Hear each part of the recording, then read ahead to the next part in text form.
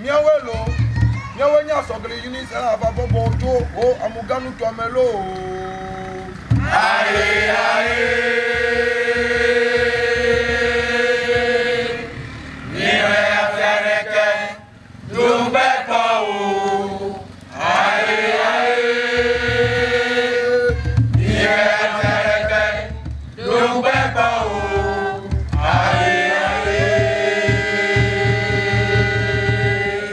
Hello, lovely people.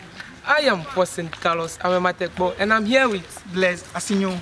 We are the Asogli Unity and Borborbor Group from Hope in the Volta region, also known as the Oxygen City. We salute our Honorable MP, Adam Kofi Potosu, our Regional Minister, Honorable James Gunu, and our MC, Honorable Stephen Adom.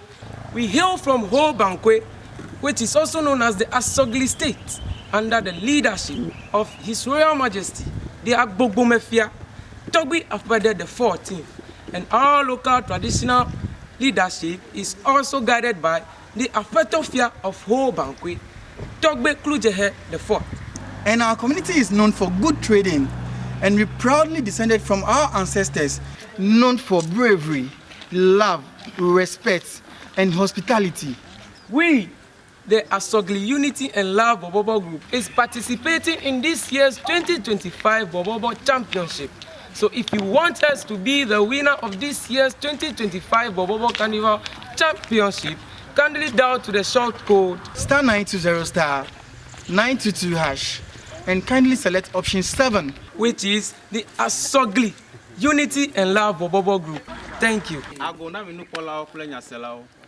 Miawenye Asogli Unity and Borborbor Group. Tokuku de deme mado gbene ametokheyao. Miape togbega agbogumefia togbe yapede wi enelia. Apetofia togbe klujehe enelia. Miape amuganu to majikola ubunato James Gunu. Miape se otape home yila na ho titi na nuto me. Apeto Edem Kofi Potosu. Miape ho nuto majikola apeto Stephen Adom. Because Bedona Mecho Asogli Unity and Borborbor Group. If we are mepe Asogli Teza, Bakbe Blanc of Atonia, Egado Jiake, me Asogli Unity and Borborbor Group. Yellow Goma Cobble, if we are mepe Borborbor Championship. Me came a biacho me as with a quenebe. Ya Anno McBenami. Me here, my pep perdon Bedodora. Kevin Vieto Nebemia, add that for Nemibe. If we are mepe Championship.